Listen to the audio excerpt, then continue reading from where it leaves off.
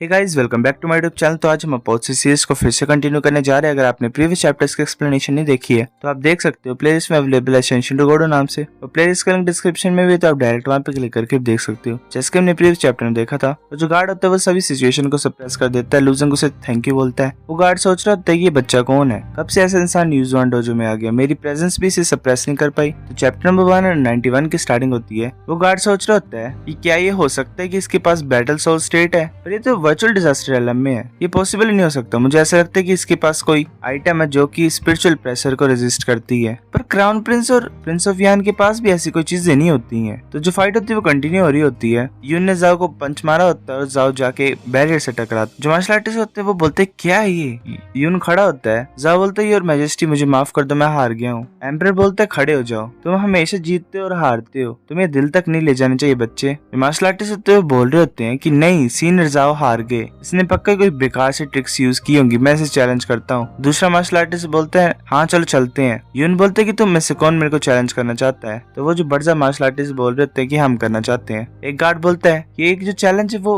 Turns में ही तुम ले सकते हो रूल्स के अकॉर्डिंगली। अब टर्न है स्काई विंड किंगडम की और ब्लैक आयरन कंट्री की। तो एक मार्शल आर्टिस्ट बोलता है ब्लैक आयरन कंट्री अब तुम्हारी टर्न है, तुम बड़ा कुछ नहीं बोल रहे थे पहले, अब तुम्हारे पास हिम्मत है चैलेंज करने की। एक मार्शल आर्टिस्ट बोलता है कि सीनियर जान प्लीज हमारी हेल्प करो इस सिचुएशन में। जान क्राउन प्रिंस की तरफ देख रहा होता है और बोलता है मुझे परमिशन चाहिए क्राउन प्रिंस की। क्राउन प्रिंस बोलता है कि ठीक है जान, तुम मेरे को रिप्रेजेंट कर सकती हो। जान बोलता है कि जैसी आपकी कमांड। जान एरिना में पहुंच जाता है और बोलता है मैं जान हूँ ब्लैक आयरन कंट्री के यूजुआन डोजो का, मैं यहाँ पे तुम्हें चैलेंज करने के लिए आया हूँ। सभी से शेयर कर रहे होते हैं और बोल रहे होते हैं कि तुम अपना बेस्ट करना सीनियर जान, जो यूजुआन डोजो है, ताकि यूजुआन डोजो को कोई भी अंडर एस्टिमेट नहीं कर सके। जान अपने स्वॉर्ड को निकाल लेता है। जो मार्शल आर्टिस्ट होते हैं वो बोल रहे होते हैं तो मिड टायर रैलिक है। लूजंग सोच रहे होते हैं वर्चुअल डिजास्टर रेलम के वॉरियर के पास एक मिड टायर रैलिक। मुझे लग रहा है कि यहाँ की जो फोर्जिंग कैपेबिलिटीज है वो भी एक्स्ट्राऑर्डिनरी है। मैं यही सोच रहा हूँ कि यहाँ पे कोई डिवाइन टायर वेपन भी होगा क्या। प्रिंस ऑफ यान क्राउन प्रिंस की तरफ देख रहा होता है। क्राउन प्रिंस बोलता है ये जो ब्लेड है ये मैंने दी है इसे। पर तुम्हारे पास भी मेरे को लगता है प्लेंटी ऑफ ट्रेजर थे ना,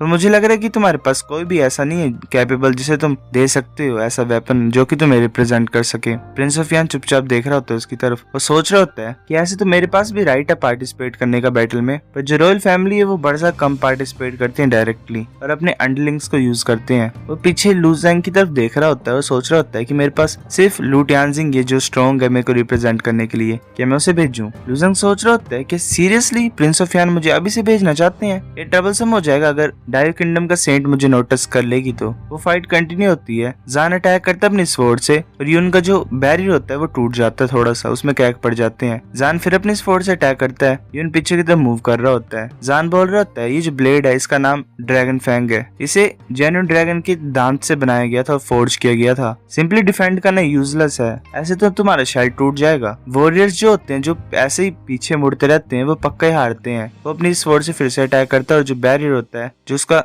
आर्मर टाइप होता है वो उसमें क्रैक पड़ जाते हैं। जो मार्शल आर्टिस्ट होते हैं वो बोल रहे होते हैं कि जो स्ट्राइक मार्क्स हैं उसके अटैक के वो तो और ज्यादा डीप होते जा रहे हैं, ऐसे तो बैरियर पक्का टूट जाएगा। अब यून क्या करेगा, वो फाइट क्यों नहीं कर रहा है, अगर ऐसे ही चलता रहेगा तो वो तो हार जाएगा। लूजंग सोच रहा है कि मैं ये होप करता हूँ कि यून हार जाए, अगर जान जीत जाएगा तो मेरे को फाइट करने की कोई जरूरत नहीं पड़ेगी ब्लैक आयरन कंट्री से। पर ये अभी भी डिसएडवांटेज में है क्योंकि यून अभी अपनी फुल कैपेबिलिटीज को यूज नहीं कर रहा है। यून पीछे मूव करता और बोलता है ये बुरा होगा अगर मैं सिर्फ अवॉइड ही करता रहूंगा, तो अब ये टाइम है मेरा काउंटर अटैक करने के लिए। वो अपने हाथ को आगे की तरफ करता है और एक वेपन फॉर्म होता है उसके हाथ पे। जो मार्शल आर्टिस्ट होते हैं वो बोल रहे होते हैं कि तो स्पेस को एज अ वेपन यूज कर रहा है। जो मार्शल आर्टिस्ट होते हैं वो बोल रहे होते हैं ये तो सीनियर यून टाओ का स्पेस स्प्लिटिंग स्वॉर्ड है। वो हंस रहा होता है और बोलता है ये टाइम है अच्छे शो का। तो एक मार्शल आर्टिस्ट बोल रहा था जब ये इस चीज को यूज करता है तो जो हाथ पैर होते हैं वो पक्का उठ जाते हैं, जान तो पक्का ट्रबल में है। यून बोलता है कि तुमने सुना, तुम्हें यहाँ पे अपना एक हाथ छोड़ना पड़ेगा और नीचे जाना पड़ेगा। जान सुन रहा होता है चुपचाप।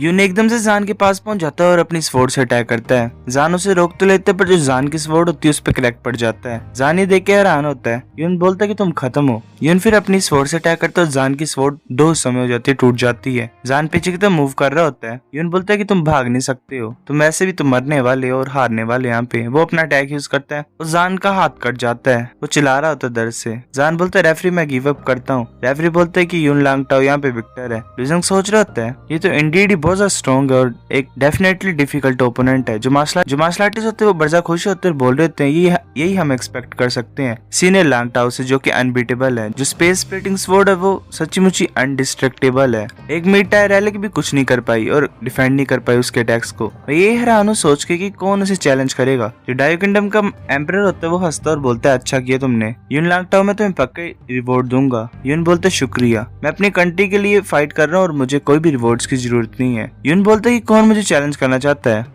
क्राउन प्रिंस गुस्सा होता है और बोलता है कि जाओ तुम जाओ। जो गार्ड होता है वो बोलता है कि जो ईच नेशन है वो कंटिन्यूसली चैलेंज नहीं कर सकती है रूल्स के अकॉर्डिंगली। अब बारी है स्काई विंड किंगडम की और सिंगे किंगडम की, कौन मतलब चैलेंज करेगा। ब्लैक आयरन कंट्री का एम्परर बोलता है कि मेरे सन तुम्हें इतने भी ज्यादा राश होने की कोई जरूरत नहीं है, तुम सिर्फ अपने आप को फूल बना रहे हो यहाँ पे। जो डायो किंगडम का एम्परर होता है वो बोलता है कि ब्रदर जाओ हुआंग तुम सही बोल रहे हो, जो कुछ चीजें होती है उन्हें रश करने की कोई जरूरत नहीं होती है। ब्लैक आयरन कंट्री का एम्परर सोच रहा होता है जो डायो किंगडम है वो सच्ची मुच्ची बड़ा पावरफुल है कुछ सालों से, पर जो फोर गॉड कंट्रीज है वो ऐसे शांत रहती हैं एक दूसरे के लिए, और वो एक दूसरे से फाइट नहीं करती हैं और एक दूसरे को रिस्ट्रिक्ट करती हैं। टाइम चेंज हो जाएगा मुझे लगता है और मैं देखना चाहता हूँ कि प्राउड फील करता रहेगा आगे तक कि नहीं। एम्परर टियानियन भी देख रहा होता है। एम्परर टियानियन बोलता है कि जाओर तुम्हारे पास कोई सजेशन है क्या, क्योंकि तुम एक क्राउन प्रिंस हो। जाओर बोलता है कि तुम्हें चिंता करने की कोई जरूरत नहीं है, मैंने किसी के बारे में सोचा जो कर भी सकता है, जीत भी सकता है यहाँ पे।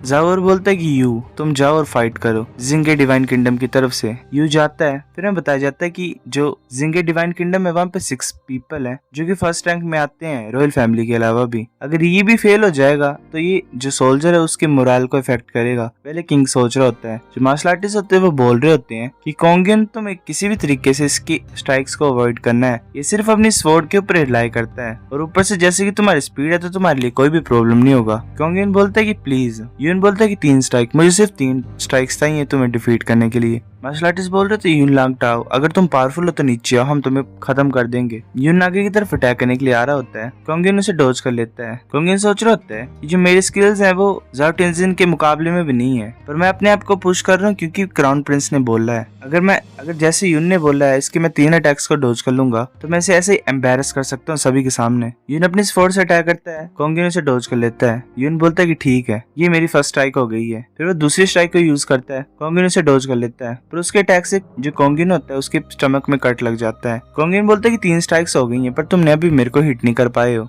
यून स्माइल करता है और कोंगियन हैरान होता है क्योंकि यून एकदम से मूव करता है और कोंगियन के हाथ को कट कर देता है। कोंगियन बोलता है कि तुमने तो 3 स्ट्राइक्स बोली थी। यून बोलता है कि मैंने सिर्फ यही बोला था कि 3 स्ट्राइक्स कुछ भी सोल्व नहीं कर सकती हैं। अगर 3 स्ट्राइक्स काम नहीं करेंगी तो मैं दूसरी 3 स्ट्राइक्स को भी यूज कर सकता हूँ, इसमें बुरा क्या है, मैं ऐसा नहीं कर सकता हूँ क्या। जो मार्शल आर्टिस्ट होते हैं वो बोल रहे थे इंसान तो कितना ज्यादा गंदा है, ये जो रूल्स खुद सेट कर रहे हैं उन्हें नहीं मान रहा है। तो बाकी बोल रहे थे हाँ। यून बोलता है कि 3 स्ट्राइक्स वाली तो कोई चीज ही नहीं है रूल्स में, अगर तुम स्ट्रॉन्ग हो तो इतना ज्यादा हल्ला डालना छोड़ो और मेरे को चैलेंज करो। तो मैं स्ट्रॉन्ग नहीं हूँ पर मैं ज्यादा टैलेंटेड और हार्ड वर्किंग हूँ तुम सभी के मुकाबले, ये काफी है तुम सभी में मेरे को किंग बनाने की। अब मुझे कौन चैलेंज करना चाहता है। प्रिंस ऑफ यान सोच रहा होता है कि जो वॉर गॉड है वो मेरे को लगता है कि किसी को भेजना चाहता है। क्या मैं टियानजिंग को भेजूं, क्या मैं ट्राई करूं ऐसा। प्रिंस ऑफ यान हाथ उठाने लगता है, तभी क्राउन प्रिंस अपने हाथ को उठा लेता है और जाओ बोलता है कि जाओ तुम जाओ और फाइट करो मेरी तरफ से। प्रिंस ऑफ यान सोच रहा होता है कि इसने अभी मेरी टांग ले ली, चलो अगर ऐसी बात है तो जाओ भी तुम्हारा लास्ट का ट्रम्प कार्ड ही है। जाओ बोलता है ठीक है यस सर। जाओ जल जाता है अरेना में। जो मार्शल आर्टिस्ट होते हैं वो बोल रहे होते हैं कि इसने जो अपने हाथ में वेपन लिया ये तो हाई डिवाइन वेपन है, इस किंगडम के सोल्जर तो कुछ ज्यादा पावरफुल है। तो एक मार्शल आर्टिस्ट बोलता है कि हम कर भी कह सकते हैं, जो ब्लैक आयरन किंगडम है उन्होंने बड़े ज्यादा वेपन मास्टर्स को प्रोड्यूस किया है और जो भी डिवाइन किंगडम के डिवाइन वेपन्स होते हैं वो ब्लैक आयरन डिवाइन किंगडम से आते हैं। और ऐसे जो बाकी किंगडम्स है एक एल्केमिसी में होता है स्पेशलाइज और एक र्यून्स में होता है। यून बोलता है कि 5 स्ट्राइक्स, मेरे को सिर्फ 5 स्ट्राइक्स चाहिए तुम्हें डिफीट करने के लिए। जियो बोलता है कि तुम रुक क्यों नहीं जाते और ये बच्चों वाली हरकतें बंद क्यों नहीं करते, मैं तुम्हारी इन चीजों को केयर नहीं करता हूँ, चाहे 5 स्ट्राइक्स हो चाहे 50, ये रिजल्ट को चेंज नहीं करेगा कि तुम यहाँ पे जीतोगे या हारोगे। जी अपने स्पीड से अटैक करता है यून की तरफ। यून उसे डॉज कर लेता है और बोलता है कि तुम ज्यादा पावरफुल हो जितना मैंने एक्सपेक्ट किया था, मुझे लगता है कि मुझे सीरियस होना पड़ेगा, मैं तुम्हारे स्पेयर को यहीं पे तोड़ दूंगा। तो गाइस चैप्टर नंबर 191 इतना था। अगर आपको वीडियो पसंद है तो लाइक करो, नहीं भी आई फिर भी लाइक कर दो, शेयर करो अपने दोस्तों के साथ, कमेंट करके बताओ अगर आपको वीडियो कैसी लगी, सब्सक्राइब करो। तब तक के लिए बाय बाय।